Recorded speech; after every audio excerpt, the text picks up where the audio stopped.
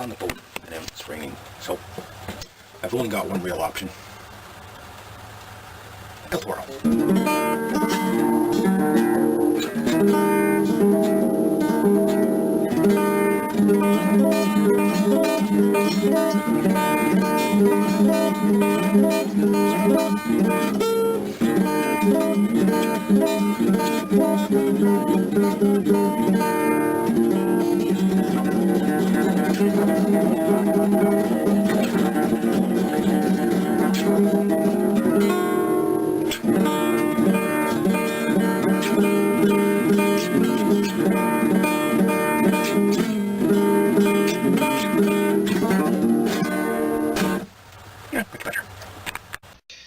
G'day, hi, and welcome. This is the story about my sailboats, some sailboats I've owned, and this is about my Hughes 26 and my Tanzer 22, and basically how I got into sailing and some adventures of my boats. But first I gotta say, beware of ducks. You guys don't want these, do you? You can't have them, you can't have them. Share nicely. Right, who wants it? Wait your turn, patiently, come on. I dare you. For that one. I have fed them and now they're a bit crazed. You got me. That's gratitude for you. Yeah. These animals are very wild and hard to get close to. Come on, dare you. You ain't got the guts. Come on.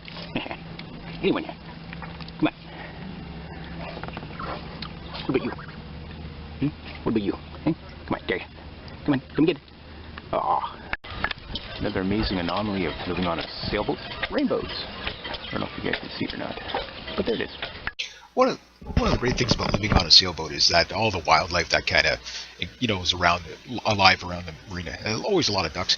Now, this next little duck coming up, she used to sleep under my boat, and I had to have a conversation with her one night because she kept trying to keep me awake. So here's how that conversation went. Come on, say something. Come on.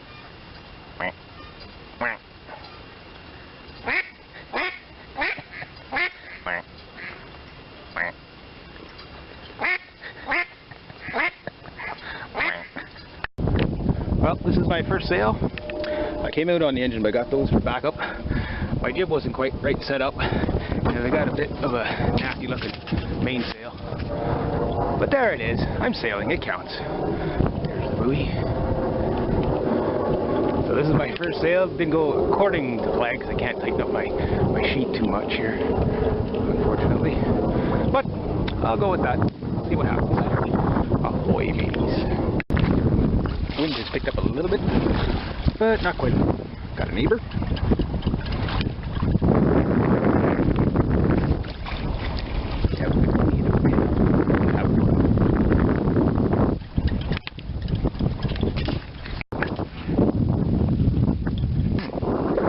Although I'm not breaking any records here, I am having fun. Got some guests there. Got a nice boats over there, and I am going upriver. Way back there. Now, getting back without the engine. Fun. Ah well, enjoy this for now. Yep.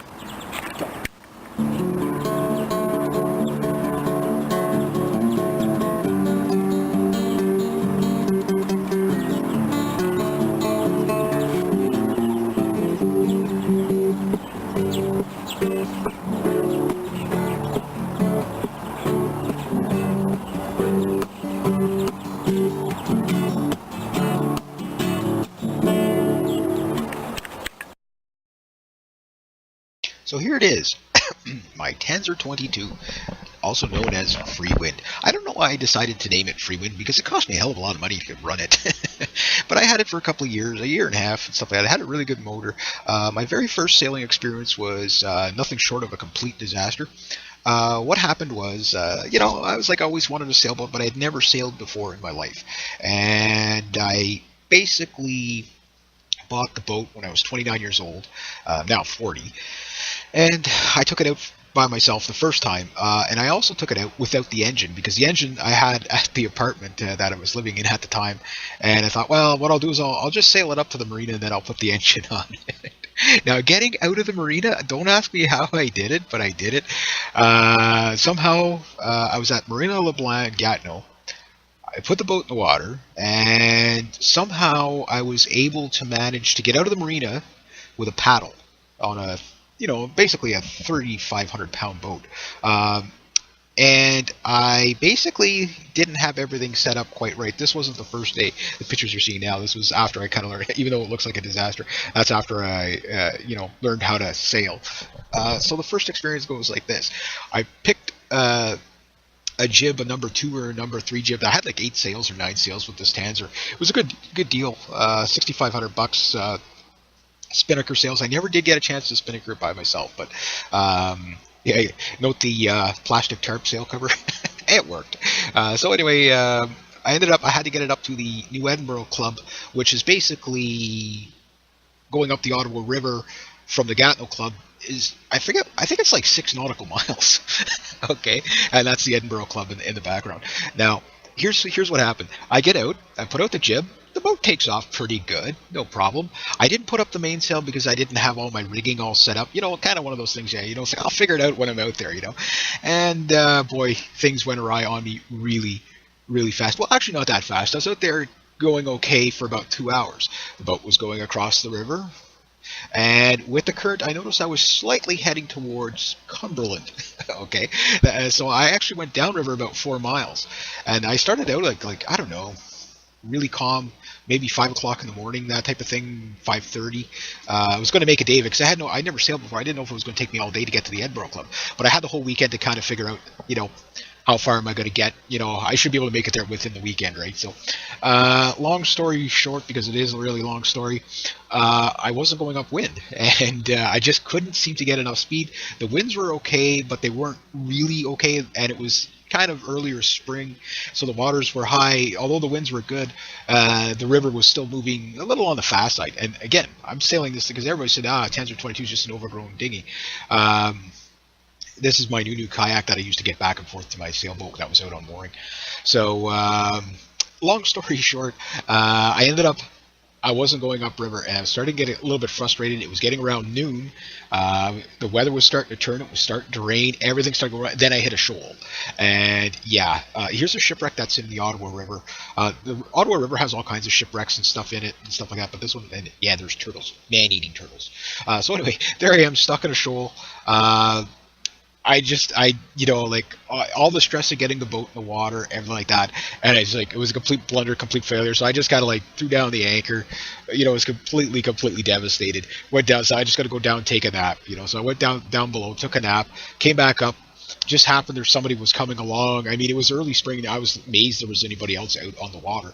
It wasn't early spring, there was no ice or nothing. And they were gracious enough to tow me out, and they told me.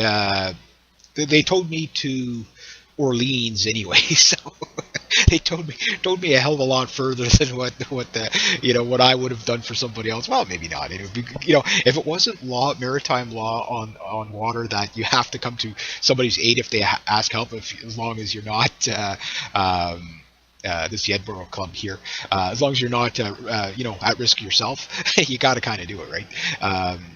So these guys towed me up, and I anchored the boat. I came up in somebody's backyard off the shore.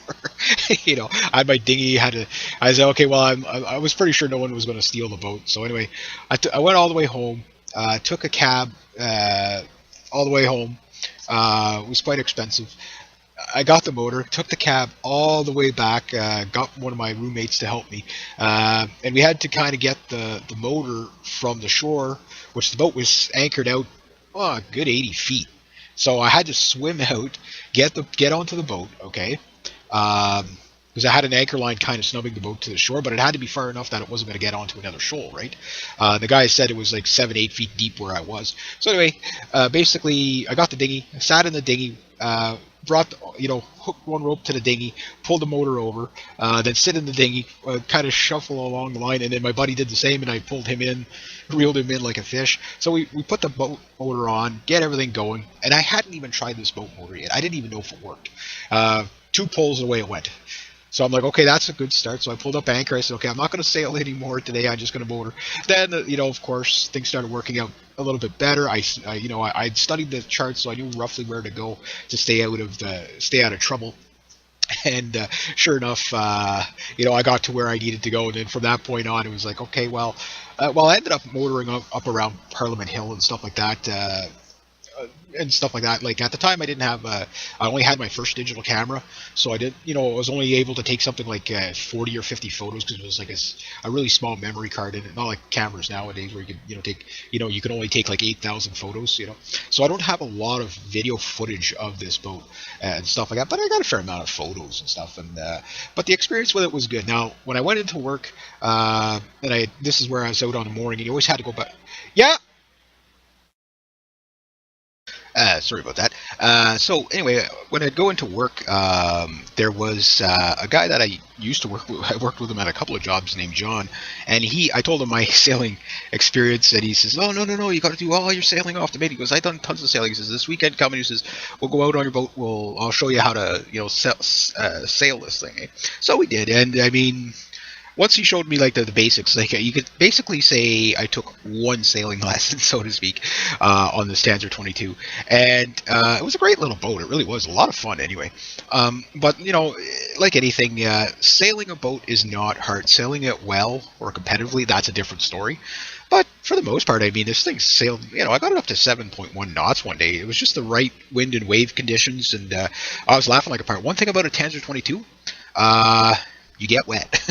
That flush deck is awesome because it is a very big party boat. Most 30-footers do not have the big cockpit of a Tanzer 22. However, at that luxurious giant cockpit space, one of the drawbacks, and the flush deck, one of the drawbacks is that you get a lot of sea spray. But that's also a lot of fun too when you're like bashing through the waves and stuff like that.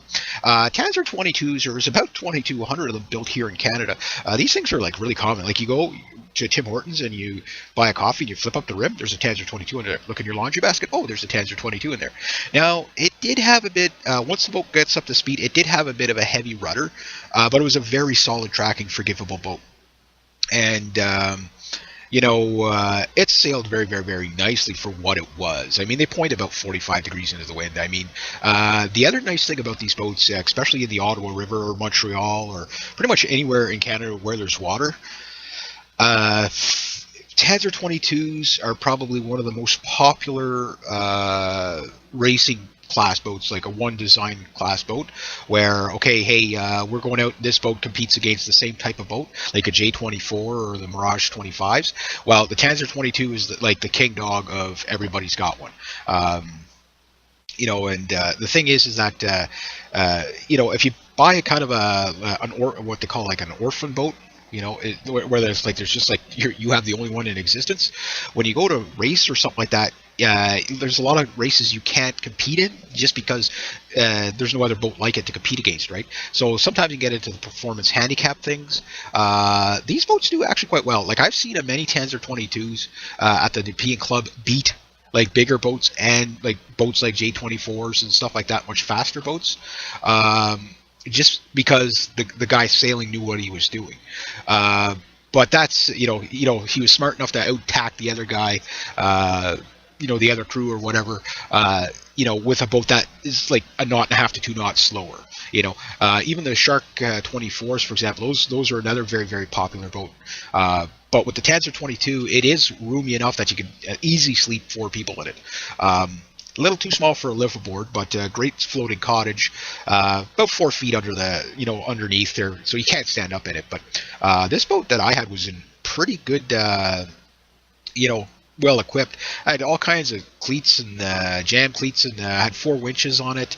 9.9. The 9.9 was a real pain in the ass in the sense that it was heavy, but if the weather got bad, you always had enough power to get you to where you needed to go. Now, when I did sell off this sailboat, this is where I launched the very first time from where I sailed from. That I got out of that harbor from probably, yeah, I still don't know how I didn't crash into anybody else's boat or anything. Sometimes, bravery versus stupidity, right? But it was a learning experience. Now, when I sold off the boat, you'll hear a lot of guys in the, this is from the Edinburgh Club. The Far Club is the Rockcliffe Club in the background. There's my boat. No, that's not my boat. That was the boat behind my boat, because that's the pretty version of my boat. Mine was so dirty all the time, and I mean, well, I used it, that was a neat little boat. But anyway, when I sold it off, you're going to hear somebody say that, the happiest day is when you buy your boat, the second happiest day is when you sell it. There's a little bit of truth to that. Now, boats are like houses. When I bought my boat, okay, I was 29 years old, didn't make a lot of money. I still don't make a lot of money. And here was the Tanzer 22 with a trailer, with a 9.9, pretty much all the equipment, a little bit rough condition, 5 sails and a spinnaker, and pretty much everything I needed to go. This is the Edinburgh Club again. This is inside the boathouse, literally, boats.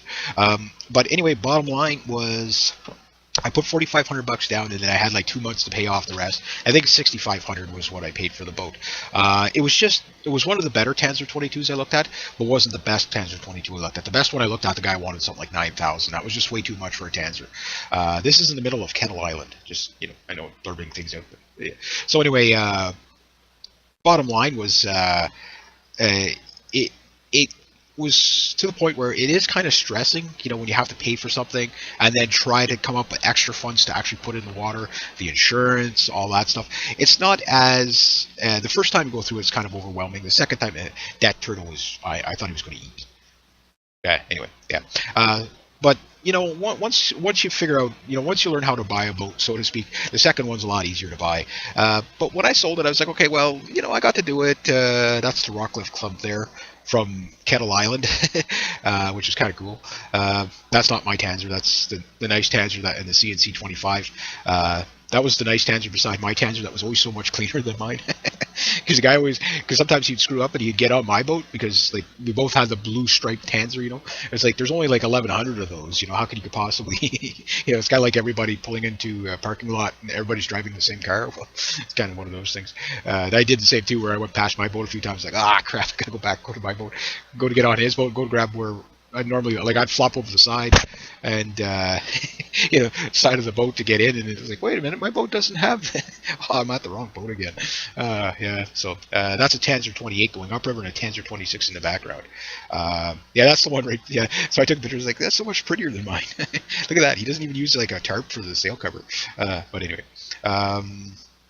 so anyway, yeah, so the boat out on mooring. When I sold the boat, it was a 14-hour day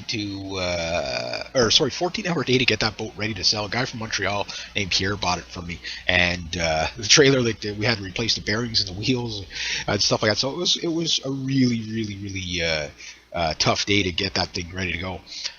So I sold it. I can't remember how much I sold it for. I think I sold it for $55 just because I wanted a quick sale or whatever. That's my new kayak. I spent a lot of time on that thing. I only sold it a couple years ago. Anyway, I was like, I got rid of it. I was like, okay, well, if I ever get into sailing again, I'll probably just get a dinghy or something like that. And I had my fill of it. I mean, I've done motorcycles. Didn't quite get my pilot license, but done motorcycles. Enjoyed the kayaks for a couple of years. I only sold my kayaks a couple of years ago. But, I did all that stuff. And I was like, okay, well, I had fun with it. And then I started getting the bug, a couple of years after. I think it was 2005. Was it 2005 or 2004? Might have even been 2003 when I bought my Tanzer 20. Hang on a second here. I will figure this out. I bought my Tanzer 22 in, it would be 2002, 2003 that I bought the Tanzer 22. That's right. Yeah, because I put it, yeah, that's right. So now this boat you're looking at here is a Hughes 25. When I got the bug to buy another boat, this was a boat I really wanted. But I didn't buy it because, well, I don't know why I didn't buy it, but it was just something about you couldn't quite stand up, and everything about this boat I loved, except for it was just a little short, and I think he was asking a little too much. I must have looked about 10 different boats before I found the right one. And, well, I knew I wanted a Hughes, and I knew because they were a tough boat. And then it came along. There it was, the Hughes 26, the Random. So let me tell you the story about the Random. Well, I'm going to read you the story about the Random from 2008. But first, here's a video.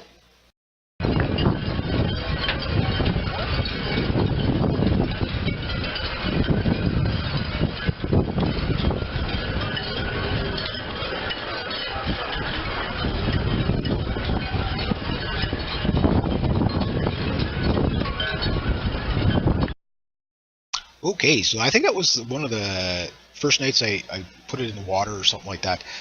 Anyway, I used to launch boats with a guy named Doug at the Nepean Sailing Club, and I got to know him really well. He was a hell of a guy, and he'd worked on that boat. Now, the lady that had the boat, she had two boats, and she was deciding to sell it. And I had seen it the year before I bought it, and she was asking $12,000. I thought, that's a little bit much. And the Hughes 26 was a little bit prettier than the Hughes 20. The Hughes 25 was that I had shown earlier was a little bit prettier than the Hughes 26, but the Hughes 26, basically the same boat with instead of a 5-foot keel, a 4-foot keel, so more mobile, and 6-foot standing room. So that's how the Hughes 26 came to be. But anyway, here's the story. This goes back to June 6, 2007. Okay, and this is kind of a neat Hughes 26, the Random. The Random is what I call the boat. Okay, so Hughes 26, the Random. When you're looking for a sailboat, you look for many things. It's hard to find the right boat, and when you do find it, it's a little bit of karma, because that's what the boat used to be called, and a little bit of random. My story is, I was looking for a new sailboat to replace my old Tanzer 22. I love my Tanzer, but she lacked standing room, so I sold it. In a 3-year search, yeah, it was 3 years, yeah. 3-year search, I looked at as many sailboats as possible. Some were very close to being the right boat, but paper, red tape, shady owners, skeptic kept me from the leap of purchases. Yeah, there's a lot of that stuff too. I was at a loss. Not a worthy sailing vessel in sight, and desperation set in. Yeah, dramatic, don't you think? A year ago, I said I have to choose a boat that would be good for me. That would be that boat was the Hughes 26. Now, where could I find one? I sought them out in local yards, the internet, listings. I looked at a few. About a year ago, a Hughes named Karma went up for sale. A little too rich for my blood at the time, and I had to pass her up. But I didn't find Karma. She found me. Last week, I was looking at an Alberg 22. I was desperate to find a boat, and I thought I would rather have a small sailboat than no boat at all. The Alberg 22 was nice. Cheap too, yeah, $4,500. This was a nice Alberg. I told the yacht broker I would rather have a Hughes 26 or at least a Tanzer 26. He looked at me and says, I have one of each for sale right over there. So we made our way across the boatyard. He had the Tanzer 26 was nice too. He had the key for the Tanzer 26, but not the Hughes 26. So I looked at the Tanzer 26. Anyway, I told him that I wouldn't mind seeing the Hughes. After all, she was at the top of the list. So we approached the boat, and lo and behold, there she was, Karma, staring right at me, waiting for her new captain. Love at first glance. I should say second glance. 1 year before, my eyes were drawn to a lovely silhouette on the water. Because I remember I first seen it on the water. Yep, same boat. It would be another few days before I got to see her inside her, which she is in great shape. I knew I would find my next boat at random. I randomly called the broker to see another boat, and Karma randomly found me. I made a random offer that was randomly accepted. Now, at this point, the story is still a few details to work out, but the deal be closed in a week or so. Now, what do you call her? I mean, Karma is a nice name, but it's a little common. Like every second boat is called Karma, or this Karma or that Karma. I didn't know what I was going to call her. My brother and I did some brainstorming, but didn't seem to come up with anything. I said to him, I'm sure that name will randomly come to me, which it did. Indeed. A name that could sum up myself and the boat. The day the yacht broker let me know my offer was accepted was a very random. And it was one of the biggest sale days at the work. I was working at Princess Auto at the time, and it just happened to be my brother's birthday. Random chance that I got the boat on his birthday. We had a helium bottle. Was it helium bottle at work, and I was randomly having fun with that. I forgot about that. Yeah, my boss said, "Would you just knock that off now?" Okay, my co-workers are always saying, "You're so random." My brother left for work. He called me back a few minutes after telling everyone that his bus just got hit by a dump truck. That it's true, yeah, it got hit by a dump truck. It happened in front of a bar, which he randomly went into to use the phone. He didn't have enough money to drink because his bank card didn't work. After telling the story to the waitress, she randomly gave him some drinks. That's right too.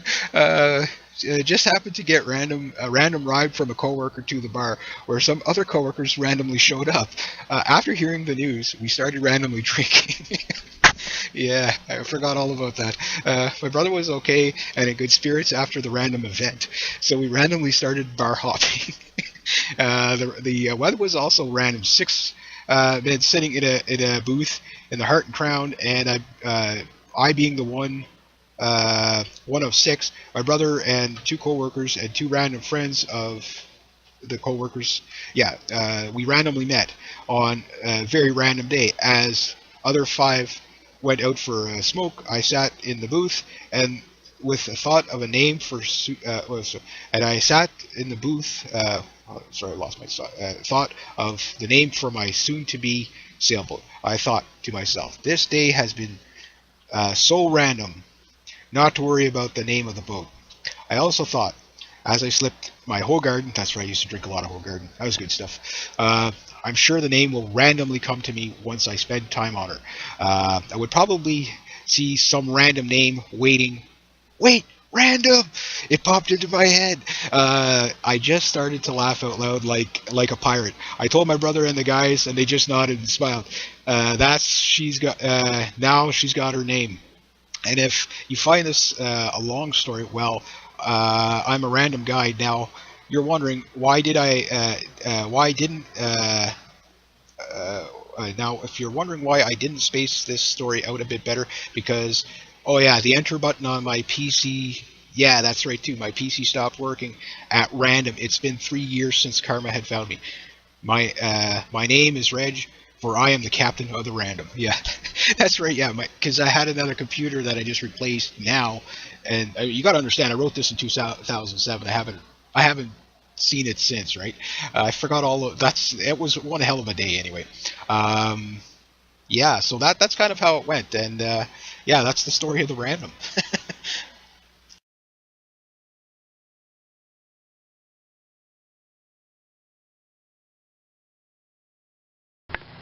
This is what I get to wake up to. My ladder doesn't give out here. It's a beautiful morning. Look at that. I don't know if the camera will capture it, but I hope it does.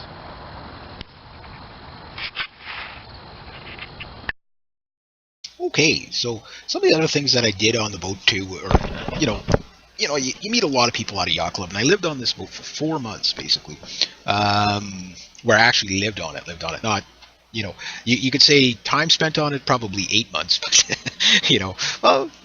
yeah, probably about 8 months. I probably, because I spent most of the summer. The apartment I was living in. Okay, so I bought it like in the fall type of thing. And I could, or midsummer, June. So I bought it in the summer, but I couldn't put it in the water till the following year because there was no more boat slips left. So I was like, okay, well, I bought it in 2007, but I put it in the water in 2008. Now the thing is that in Hull, Quebec, okay, it's an old city, and the buildings are really old. They're poorly insulated. You freeze in the winter, and it's like nuclear in the summer, right? So anyway, a lot of the time, it was just so stagnantly hot where I lived at the time. It was just like, it was so hot you had to unplug the fridge in the apartment because it was just trying so hard to keep the stuff cool, it was kicking off like twice as much heat, and it was so hot you could see through time. You'd start to hallucinate. The apartment would get so hot. It was just ridiculous. And of course, didn't have air conditioning or that, so I spent a lot of time just sleeping on the boat. And yeah, it would be hot and stuff like that. But if you got, when I get to the boat, say after like 6 o'clock in the evening, 7 o'clock in the evening, open the hatches, and next thing you know, it's like it's breathable in there, right? During the day, yeah, you're going to spend your time elsewhere. There's a nice Canadian-made boat. I can't remember what it's called. It's what is it? The Kirby 25? Not Kirby 25, but anyway, it was a really nice boat. So here's a view from the deck of my boat. This one actually didn't have a tarp for a sail cover. It actually had a sail cover. It still has a sail cover. So I spent a lot of time on this boat. I spent as much time dry docked as I did in the water. But the thing is that at the yacht club, like, again, you meet all kinds of people and stuff like that, and it was just, the atmosphere was just a totally different thing. Now, during the day, because like I say, it'd get really hot inside the boat, I'd always go out on some sort of adventure if I wasn't working that day. Now, when I wake up in the morning, this is what I would see in the morning. Like, and some mornings I'd wake up and it'd be so cool. Now, you'd probably say, boy, that must have been a really noisy time on the water whenever the wind was kicking up. Sometimes it would. There was a few nights where I got to tell you, the winds were a little harder than, enough to kind of, give you a bit of a startle at sometimes, and then of course the thunderstorms were just something else, and one morning I got up, and the boat was just like, even though it was like well secured to the dock, and one beautiful thing about, sorry about the angle here, but this is one of the candle stoves I had. Those things are so cool. But anyway, my boat, all the lines for the sails go inside the mast. And if you tied up all your lines, there was no ding ding ding on the mast all the time. There was never any noise from the boat. When the Hughes 26 was designed, that's one of the things they made sure that it was a very comfortable boat, but they also made sure it was a very quiet boat. That's why in the 26-foot range, there's in that price range under $10,000. I paid $10,500 for it, I think is what I paid at the time. With that, there's not as many boats built to this standard in that size range, and boats that are built better standards in this size range are like $20,000. So the drawbacks for the Hughes 26 is it's not a fast boat. Like 5.5 knots is like top speed type of deal. You might hit 6, but 4.5 knots is probably cruise, well, at least that's what it was for me, Again, I wish I would have got way more footage. At the time, I was okay with camera and pictures. Video was not like now where I'm a video, more of a videographer than a photographer. But at the time, I got to play around with it and stuff like that. But when I got the thing in the water, I remember the one night that was really, really, really windy, kind of getting me a bit nervous, kind of windy, and I was like you could feel the whole E-dock moving, and I was on E-dock, and I'm just like, and you'd hear other boats like just the noises, it was a rough night. And I woke up in the morning, and there was about 10 boats throughout. We're talking 500 boats here in this yacht club, and about 300 of them in the docks, right? The rest are all dry docked and stuff like that. So 500 boats. I'm looking all over. It was windy on the dock, and the dock was slightly wet, and I couldn't believe how slippy it was. I was actually worried about blowing off the dock. It had to be a 35 knot wind. It was just a really odd angle. Everywhere I looked, there was about 10 boats had their furlers completely open and sails flapping everywhere and stuff like that. But I had to go to work in the morning, so not much I could do for anybody, right? So whenever you tie something down on your boat, you tie it down, So there was all kinds of experiences like that. And then, of course, you jump on other people's boats, and other people jump on your boat. One of the last times I brought the boat in, okay, this is kind of the Captain Ron story where, boss, I've had trouble with the tides before. Whereas my first sailboat, I kind of, I guess in short, I didn't do too bad with the first sailboat. But, my very first sailing experience was a little bit of a disaster, whereas this one, it was, I was like captain extraordinary. A lot of people would say, man, you take that boat out by yourself all the time, and you got to understand, Lac des Chaines is kind of a strange place to sail. Again, I'm not an expert sailor at all, but, you really, really got to, there's certain days where I'd look and say, okay, No, I'm not going out there. You know, you had to know what your limits were. So I'd go out there on, say, a day where you get gusts up to 25 knots. Okay, no problem. At 35, 40 knots, I'm not going out there. You know, why? Not that I don't think I could bring the boat in myself. It's just I had an engine problem. You probably heard me allude to it in one of the first videos there where I was sailing. Well, here's what happened. I put the boat in the water. Started up the engine, no problem. Doug says, hey, Reg, he says, do you need a hand bring that over to the dock? I said, yeah. I said, just somebody to, you know, tether the lines for me because it's the first time I've taken a boat this size out. But I had no problem. It handled, you know, this thing handles, you can, it's one of the nicest handling boats out there. It's completely docile, right? Because it's a cruising boat. It's not a racer. They call it a racer cruiser, but it's a cruising boat. End of the day, long story short, his wife gets on the boat so that she's a second hand, so when I get to the dock. But halfway around the first docks, and I'm heading 3 docks over to get to my dock, which is, you know, it's about a 5-minute trip, right? Well, I noticed the engine starting to kind of roar a little bit louder than normal. You know, like, I mean, it ran and everything. I had no problem. And then I noticed there was no water coming out of the back of the exhaust. And I was like, oh, crap. Then I started noticing steam coming out of the cockpit. I was like, oh, no, great. My boat's going to catch on fire. There's no water going through the impeller. I was like, this can't be happening. Sorry, some of the pictures are, there is 2 sails out there. So anyway, I get the boat to the, I had to kind of like, I didn't want to overheat the engine, and you know, like, this was kind of a nightmare scenario. Maiden voyage, right? It's like, okay, well, what else? You know, I'm committed now. I brought the boat in, but I brought it in a little bit hot, so I didn't ride the dock too much, but I kind of sideswiped, and you know, so it was a little bit of a scary ride for Doug's wife. So I was like, I said, I got to bring it in. I said, I got to get this thing in, and just as I got to the dock, it overheated, and the engine conked out. So I was like, well, I'm coming in fast, and I had no reverse to.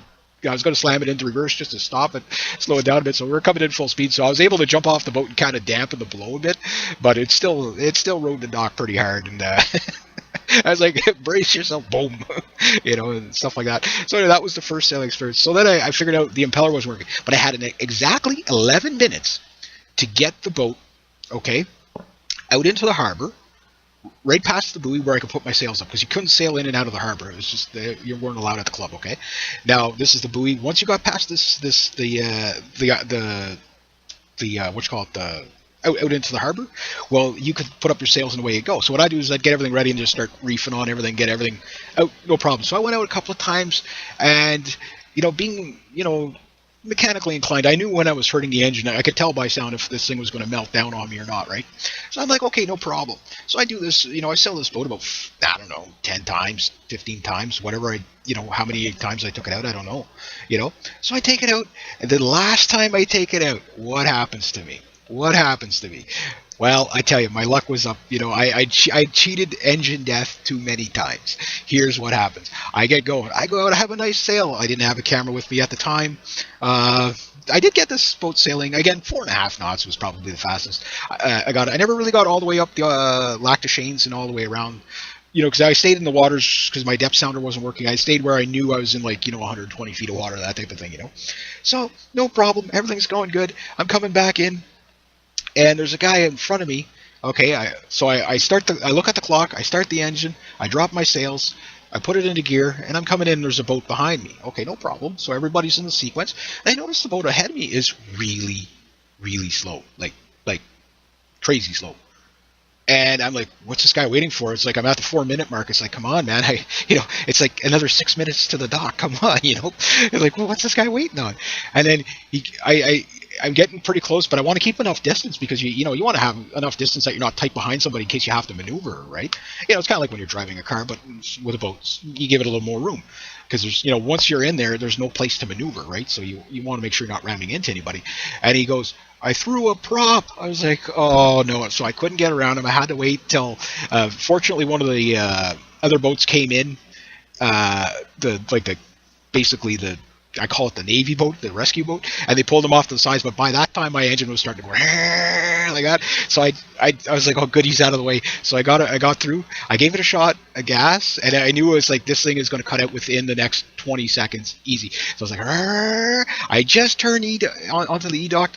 I give it a shot, another boat passes me, and I'm like, okay, no problem. Then engine's out. That's it. I'm now coasting. And there's a whole bunch of people on the end of their boats, and they see me, and I'm just like really gently tethering the tiller, and the guy's like what happened to your engine? I'm like, engine's out, and everybody's like, just quiet. So I'm just like coasting, and I'm starting to lose speed. And I'm like, as long as I don't move anything, this thing will coast straight to my, or close enough that I can push myself into the slip. But I'm like, if I can make this, I'll be like the guy, So another boat just comes out. I'm like, he just comes out just as I'm just about almost at a complete stall. And when we went by, there was just enough prop wash from his boat to keep my boat moving just enough. So when I came into the dock, I just kissed the dock, like, not even enough for the boat to bounce off the dock. Just come in so slowly. And I step off and I start tying the lines out. And I just hear a whole bunch of people clapping. And they're like, oh my God. He says, you brought that in like almost 200 feet without an engine. I said, I know. I said, well, boss, I've had trouble with the tides before. Yeah. So anyway, now this is where my boat stays. And it's a lot, I'm hopefully going to get it back in the water again someday. But a lot of great stories. Too many to put in one video. But the good news is it's well protected because I got a security cat. All right, rate, subscribe, share, comment, and like. Life is hard. It's on the boat and it's raining, so I've only got one real option. El Toro.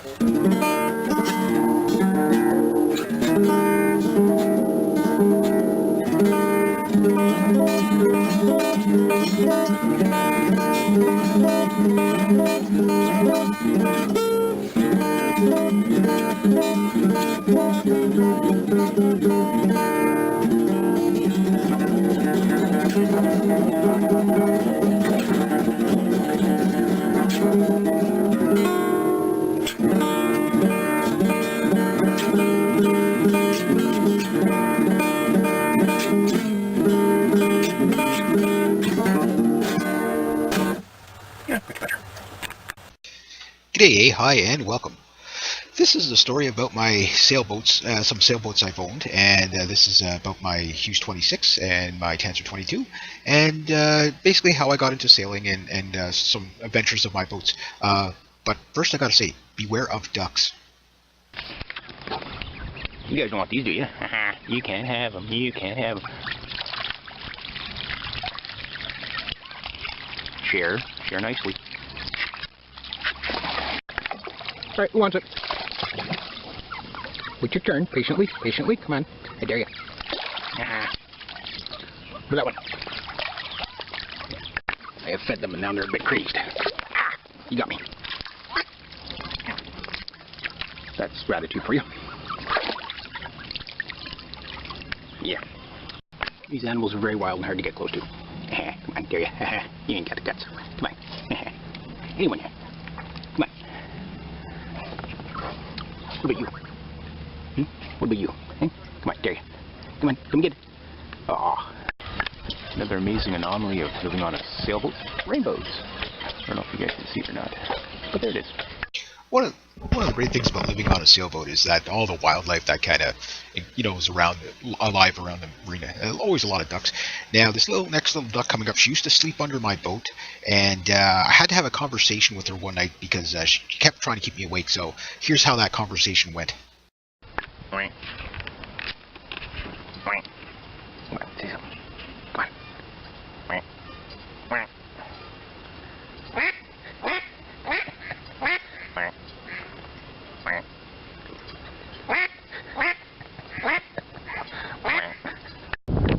Well, this is my first sail. I came out on the engine, but I got those for backup. My jib wasn't quite right set up, and I got a bit of a nasty looking mainsail. But there it is. I'm sailing. It counts. There's the buoy. So this is my first sail. Didn't go according to plan because I can't tighten up my sheet too much here, unfortunately. But I'll go with that. See what happens. Ahoy, mateys. Wind has picked up a little bit, but not quite. Got a neighbor.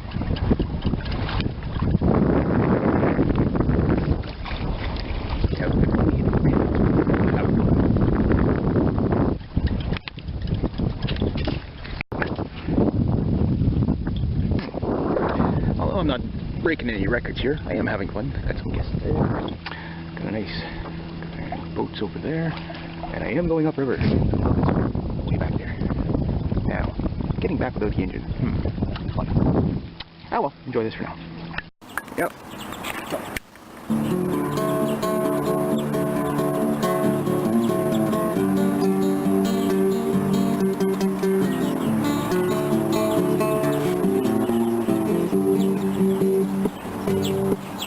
So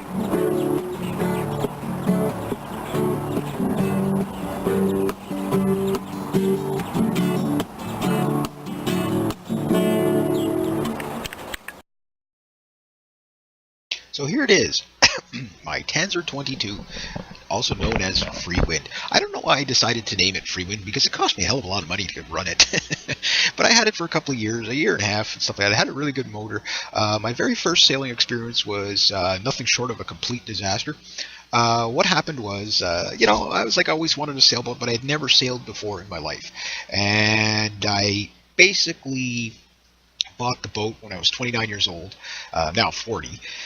And I took it out by myself the first time, and I also took it out without the engine, because the engine I had at the apartment that I was living in at the time, and I thought, well, what I'll do is I'll just sail it up to the marina, and then I'll put the engine on it. Now, getting out of the marina, don't ask me how I did it, but I did it. Somehow, I was at Marina LeBlanc in Gatineau.